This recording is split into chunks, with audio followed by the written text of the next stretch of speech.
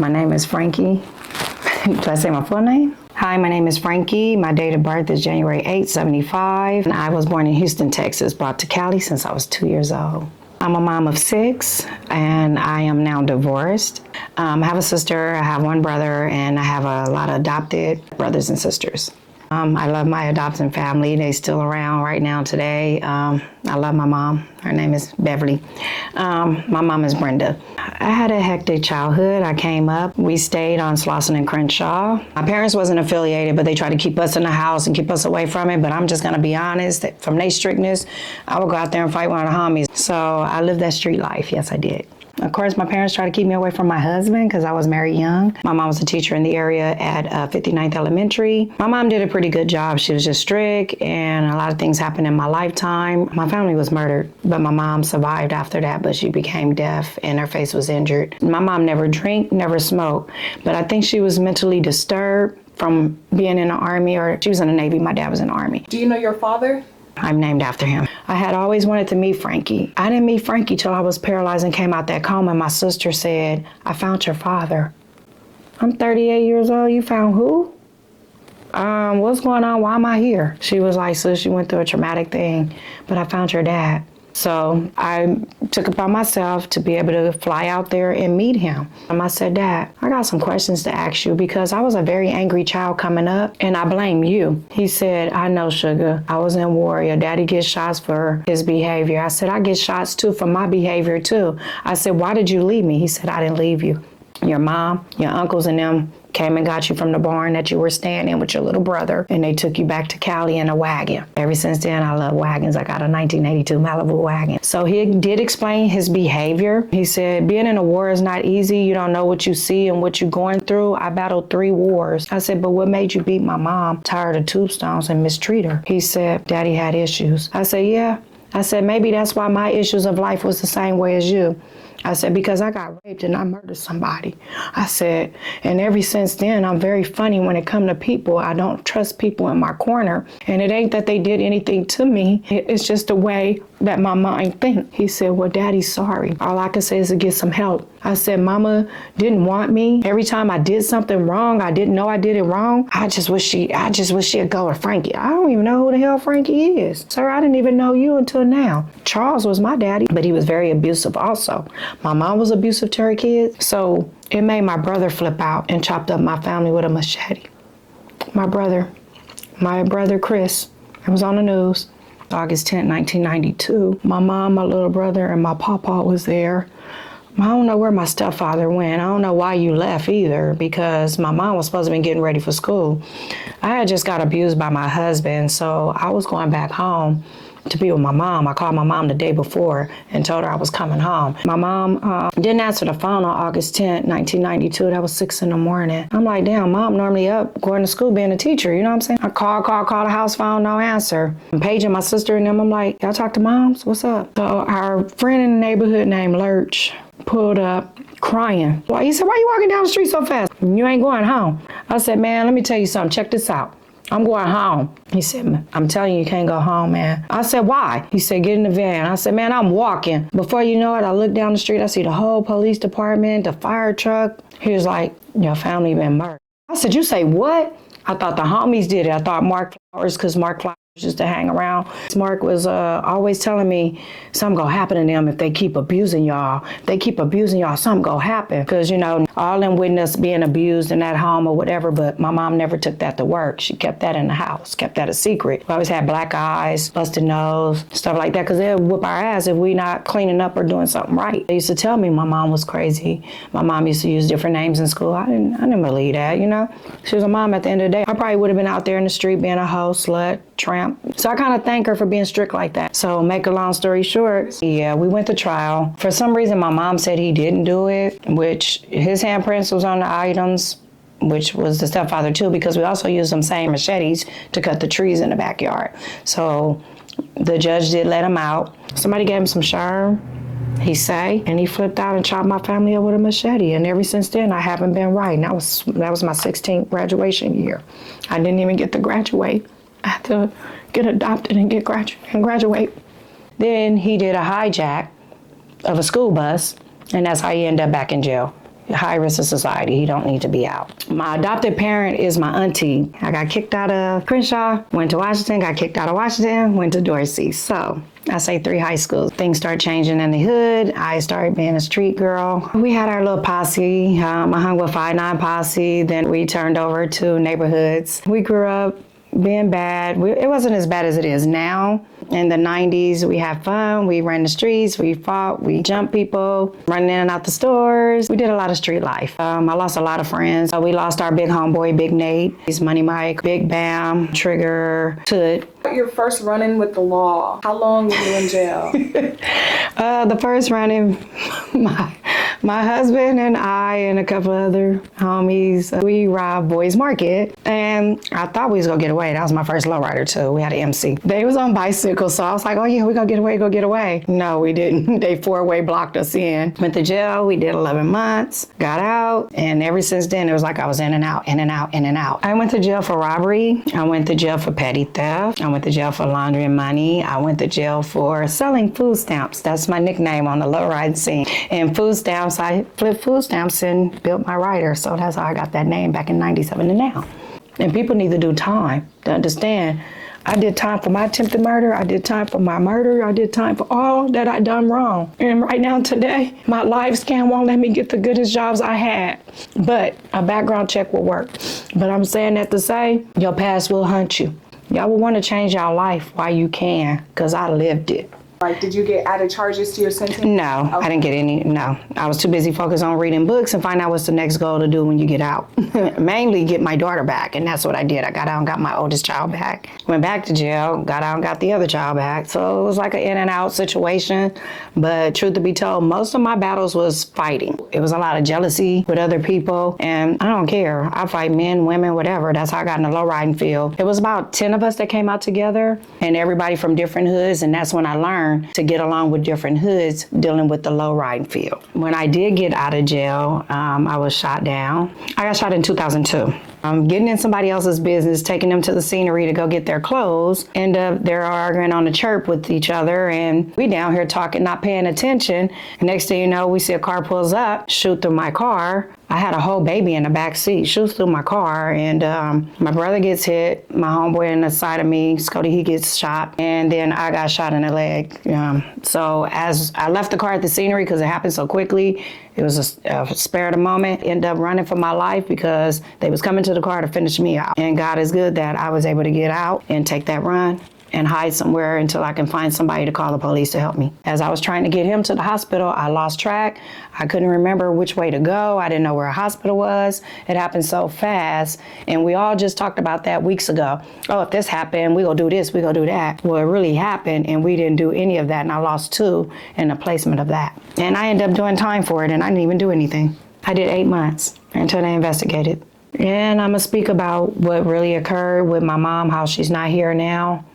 My mom was murdered. This is in Watts, April 27, 2011. That day, my mom was very frustrated. I had club meeting that day also. When we finished with our low riding meeting, my mom came out, she spoke to everybody. Then she came to me with her wheel, and I'm like, what's this about? I don't know, she was depressed about, couldn't find my stepfather, I don't know.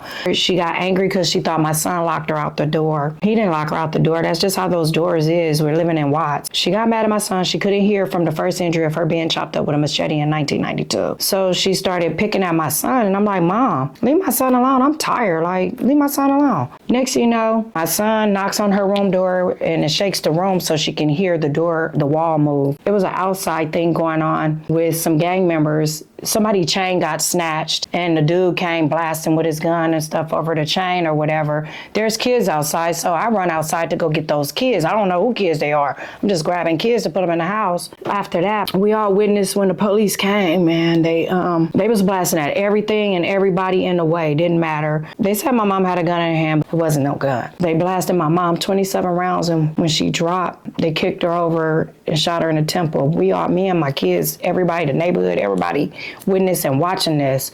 Yeah, I did try to take the police gun, and I sure did try to shoot the police, because you firing on an innocent woman that ain't never been to jail, ain't never smoked or drink. I was put into the middle ward that day. After that, my son got put on the gang in the projects in Watts. He got put on in the Jordan Downs. He's only 11 years old. My son disappeared for a few days after that. My son had some friends come over and they like, where's Tiny?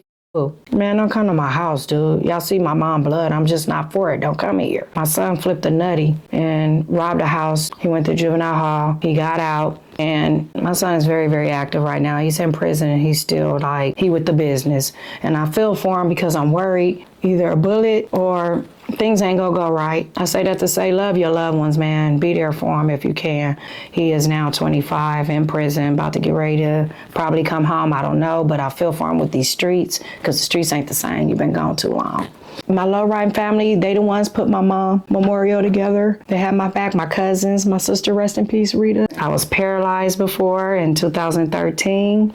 I was in a coma 2013. I had heart attacks and strokes back in those days. And I was 433 pounds. I am so blessed to be able to have my legs back and still be able to low ride and motorcycle ride and hang with my friends. I was at a car show. This was September 8th, 2013 in Rialto off of Pepper Street. I had told my friend Switchman, I said, you need to move out the chair. I was holding a baby in my hand. I'm like, damn, I think my legs are tingling. Something's not right. I'm like, what's going on here? I was like, look, dude, get your ass on my chair. I need to sit down. And I said, somebody need to get this baby because my arms are tingling now. I'm tingling, I'm about to drop. So I sat in my little chair. When I sat in the chair, I was paralyzed right there, sitting in a puddle of blood of myself. I told my daughter, I said, I need to get to the hospital. It's something not right with me right now. Mark my words. There was a tumor burst on my spine. So I lost so much blood where, I had to get helicoptered so they can be able to save me. And then my sister had to come from Chicago, come way out here to try to donate blood because my daughter was too young to donate blood. Yeah, it was traumatizing. I was in a coma. My sister said for over 28 hours, and they gave her like a beeper thing to notify her if I pulled through or not. Do you remember the coma? I remember, yeah, let me tell you. People might think I'm crazy, but God knows I'm not. With this coma, it brought back everything. My mom from her being murdered.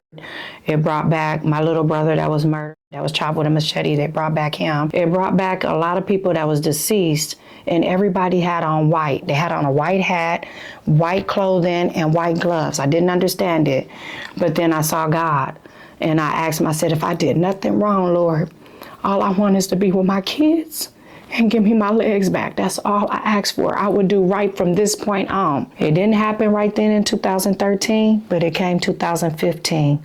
I started smoking marijuana, and I don't even believe in that. The girl that stayed with me, she said, try this, you'll be walking. I said, girl, that's drugs. Don't come at me with that. And so guess what? I tried it, and I was at the Martin Luther King parade. I said to my daughter, give me your keys to your car. She said, no. I said, come on, wheel me to the car. Give me the keys to your car because I want to low ride again. I don't want to be like this. And I was a big, big girl. I was 433 pounds. So my daughter was like, Mama, don't wreck my car. You just bought this car for me. You just gave me this, so don't do it. I said, man, give me the keys. So I snatched the keys out of her hand, got in that car. My right side started loosening up, drove down the street and came back. I said, I'm getting back in my low ride. I'm going back low ride. Lost weight and everything because my daughter said, Mom, I'm tired of pushing you around. You heavy. I did just that. Did you experience depression when you were... Oh, did I? Oh, my goodness, yes, because you can't get the help that you need. Like, okay, yeah, my kids was helping. My daughter had to watch my kids for 9 months until I tried to go through the rehab. But when they gone and live their life and going to school, who gonna help you then? How you gonna get in that shower? How you gonna get on that shower chair? How you gonna get on that toilet? How you gonna get on any of that when they're at school? I forgot to add this on there. I have a lot of sisters and brothers on my dad's side, but I love my siblings on my dad's side. When I met my father and them in 2014, my brother was dating this woman named Denise, and I'm gonna be honest, I didn't like her. So when I came out there, I made my brother a Facebook page. That girl took the Facebook page down as soon as I left. So we had words on the phone because I asked who took down the Facebook page because my brother don't know my kids. And this is my dad's side right here. And I told her I was coming to whoop her ass. I'm just gonna be honest. I gave her a fair threat on the phone. When I come back to Texas, I will see you. Denise has his stolen vehicle and I'm not even knowing this. Denise bust up my daddy's house and I didn't even know that, okay? I went back to visit now that I got my legs back. Now my dad told me that the girl not supposed to be around us. I didn't realize that was her when we went to go pick her up. We wasn't drinking or smoking or anything all this time. When we went to go pick this person up, he started drinking heavily, stopping at the stores, drinking. I'm like, what's really going on? I should have caught on then. Denise sitting in the front seat with her cell phone, texting to somebody. I'm not even knowing she plotting to kill my brother. I'm not even knowing this. I looked at her phone. She was saying that she's gonna meet somebody somewhere to get an object. She saw me look, she moved the phone. I looked again, she was like, meet her at a liquor store. I guess she assumed my brother was gonna drop me off, which he was. But me and my brother started arguing because he wanted to pick up his kids, and I told him I don't wanna meet my nieces and nephew while we're under the influence. I'm drinking with you. So when my brother offered me to drive, Denise gets upset about him offering me to drive. So now Denise is feeling some type of way because I guess he let Denise drive. And we started disrespecting each other. Barely knowing my brother, just about barely 2 years. Denise did tell him, stop talking to her like that. That's your sister, don't do that. So when my brother put me out the truck that my daddy just got him, I'm going off. I'm calling him all type of B's and all that. Mind you, I got a digital phone. He got the flip phone that you got to use the ABC to type. So I don't know if it was really my brother texting me bad words to me and I'm texting bad threats to him. 17 minutes later, I get a call from my sister. Tanya said that my brother was murdered. He was stabbed to death. I didn't want to believe that because I was just with him and he's still texting my phone. So how is he dead if he's still texting my phone? They went to my cousin's home and got me and took me to the station, was booking me on the murder of my brother. Because the threats me and him did, they didn't catch the person that stabbed my brother up, which was Denise. And good thing I did get out that vehicle because my niece was only 4 years old.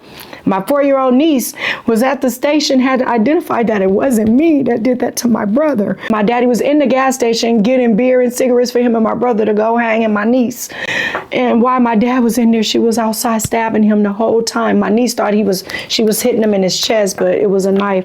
My brother got in the car behind the wheel to drive himself to the hospital and crashed. And her homegirl came and got her after she stabbed up my brother at the gas station. She ran to another side and got in the car with that person. In 2014, when I made that Facebook, God is good, because Denise was the only one on that Facebook, and that's how we was able to find her and identify her ass for her to be able to be a most wanted. It took her about 3 weeks. She hid, and they found her. She's still in jail. She's facing 50 years to life, premeditated, and I am so happy. You'll never get to see your kids, and you will never get to harm another one in my family. What was her reason? She said he cheated on her. I wouldn't be around a man that just cheated on me. Right. I might want to hurt you. Mark my words. She was premeditating all that time.